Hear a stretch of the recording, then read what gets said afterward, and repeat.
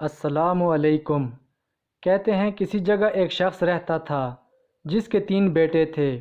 اس شخص نے اپنے ان تینوں بیٹوں کے نام ہجر رکھے ہوئے تھے۔ دن گزرتے رہے حتیٰ کہ اسے مرض الموت نے آن لیا۔ اس نے اپنے تینوں بیٹوں کو بلا کر وصیت کی کہ ہجر کو وراثت ملے گی، ہجر کو وراثت نہیں ملے گی اور ہجر کو وراثت ملے گی۔ اس کے ساتھ ہی اس کی روح قبض ہو گئی۔ یہ خود تو فوت ہو گیا مگر اپنے بیٹوں کو حیرت میں ڈال گیا کہ کیسے فیصلہ کریں، کن 2 ہجر کو وراثت ملے اور کس ایک کو نہیں ملے گی۔ تینوں نے فیصلہ کیا کہ شہر جا کر قاضی سے اپنا مسئلہ بیان کریں اور اس سے کوئی حل مانگیں۔ تینوں اپنے زادراء کے ساتھ شہر کے لیے عازم سفر ہوئے۔ راستے میں انہوں نے ایک ایسے شخص کو دیکھا جو اپنی کسی گمشدہ چیز کو تلاش کرتا پھرتا تھا۔ ان بھائیوں کے پوچھنے پر اس نے بتایا کہ اس کی اونٹنی گم ہو گئی ہے جسے وہ تلاش کرتا پھر رہا ہے۔ ایک ہجر نے پوچھا کیا تیری اونٹنی ایک آنکھ سے کانی تھی؟ اس آدمی نے کہا ہاں ہاں ایسا ہی تھا۔ دوسرے ہجر نے پوچھا کیا تیری اونٹنی ایک ٹانگ سے لنگڑی تھی؟ تو اس آدمی نے جلدی سے کہا بالکل صحیح، میری اونٹنی واقعی ایک ٹانگ سے لنگڑی تھی۔ تیسرے ہجر نے اونٹنی کے مالک سے پوچھا کیا تیری اونٹنی کی دم کٹی ہوئی تھی؟ تو اس نے خوشی سے کہا بالکل ٹھیک، میری اونٹنی کی دم بھی کٹی ہوئی تھی، بس اب جلدی سے بتا دو میری اونٹنی کہاں ہے۔ تینوں ہجر نے مل کر جواب دیا بخدا ہمیں آپ کی اونٹنی کے بارے میں کوئی علم نہیں، ہم نے اسے ہرگز نہیں دیکھا۔ اونٹنی کا مالک ان کی یہ بات سن کر غصے سے پاگل ہو گیا۔ اس نے فیصلہ کیا کہ اس تینوں کو کھینچ کر قاضی کے پاس لے جائے گا۔ اسے پورا یقین تھا کہ اس کی اونٹنی کو یہ تینوں ذبح کر کے کھا چکے ہیں اور اب اپنے جرم کو چھپانے کے لیے جھوٹ بول رہے ہیں۔ اونٹنی والے نے جب تینوں کو اپنا ارادہ بتایا تو انہوں نے کہا ہمیں کوئی اعتراض نہیں، کیونکہ ہم خود بھی قاضی کے پاس ہی جا رہے ہیں۔ جب یہ چاروں قاضی کے پاس پہنچے تو اونٹنی والے نے قاضی سے اپنا قصہ بیان کیا۔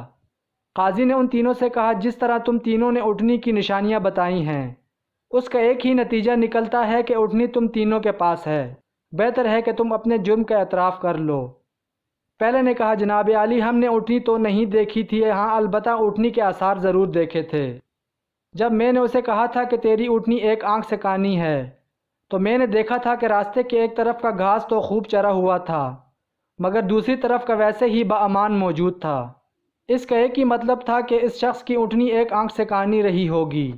دوسرے ہجر نے کہا میں نے دیکھا تھا کہ راستے میں 3 قدم تو گہرے لگے ہوئے ہیں جبکہ چوتھا قدم زمین پر معمولی پڑا ہوا تھا، جس کا مطلب بس اتنا ہی بنتا ہے کہ یہ جانور لنگڑا بھی تھا۔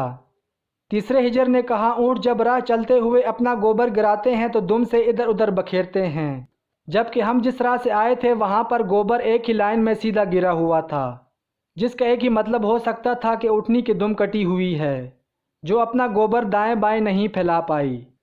قاضی نے بغیر کسی دیر کے اس آدمی کی طرف دیکھا اور کہا تم جا سکتے ہو، تمہاری اونٹنی ان لوگوں کے پاس نہیں ہے اور نہ ہی انہوں نے اسے دیکھا ہے۔ اونٹنی والے شخص کے جانے کے بعد ان تینوں بھائیوں نے قاضی سے اپنا قصہ بیان کیا، جسے سن کر قاضی بہت حیران ہوا۔ ان تینوں سے کہا تم آج کی رات مہمان خانے میں ٹھہرو، میں کل تمہیں سوچ کر کوئی حل بتاؤں گا۔ یہ تینوں مہمان خانے میں جا کر ٹھہرے تو انہوں نے محسوس کیا کہ ان کی نگرانی کی جا رہی ہے۔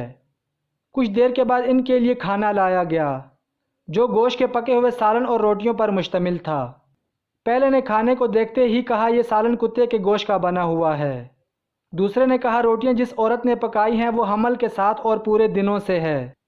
تیسرے نے کہا یہ قاضی حرام فعل کی اولاد ہے۔ بات قاضی تک پہنچ گئی۔ اس نے تینوں کو دوسرے دن اپنی عدالت میں طلب کر لیا اور تینوں سے مخاطب ہو کر کہا تم میں سے کس نے کہا تھا یہ کتے کا گوشت پکا ہوا ہے؟ پہلا بولا میں نے کہا تھا۔ قاضی نے باورچی کو بلوا کر پوچھا تو اس نے اعتراف کیا کہ پکانے کے لیے کچھ نہیں تھا، تو اس کو شرارت سوجی اور اس نے کتا مار کر اس کا گوشت پکایا اور ان کو کھانے کے لیے بھجوا دیا۔ قاضی نے پہلے سے پوچھا تمہیں کیسے پتہ چلا یہ گوشت کتے کا ہے؟ تو اس نے بتایا گائے بکری یا اونٹ کے گوشت کے نیچے چربی لگی ہوتی ہے، جبکہ یہ سارا چربی نما تھا جس کے نیچے کہیں کہیں گوشت لگا ہوا تھا۔ قاضی نے کہا تم وہ ہجر ہو جس کو اپنے ماں باپ کے مال سے وراثت ملے گی۔ قاضی نے دوبارہ ان سے مخاطب ہو کر پوچھا کس نے کہا تھا کہ یہ روٹیاں ایسے عورت نے بنائی ہیں جو 9 ماہ کے حمل کے ساتھ اور اپنے پورے دنوں سے ہے؟ جواب میں دوسرے نے کہا میں ہوں جس نے یہ کہا تھا۔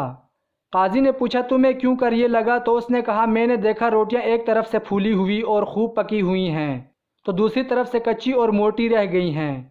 میں نے اس سے یہی اخذ کیا، روٹیاں بنانے والی ایسی خاتون ہے جسے تکلیف کے مارے زیادہ جھکا نہیں جا رہا اور وہ سامنے کی چیز بھی نہیں دیکھ پا رہی، جس کا مطلب یہی بنتا تھا کہ عورت حاملہ ہے اور روٹیاں بنانے میں تکلیف محسوس کرتی رہی ہے۔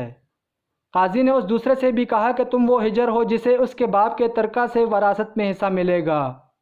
پھر قاضی نے تینوں سے مخاطب ہو کر پوچھا، یہ کس نے کہا تھا میں ولد الحرام ہوں؟ تیسرے نے جواب دیا کہ یہ میں نے کہا تھا۔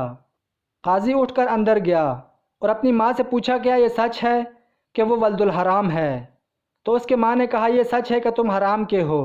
قاضی نے واپس آ کر اس تیسرے ہجر سے پوچھا، تمہیں کیوں کر معلوم ہوا میں حرامی ہوں؟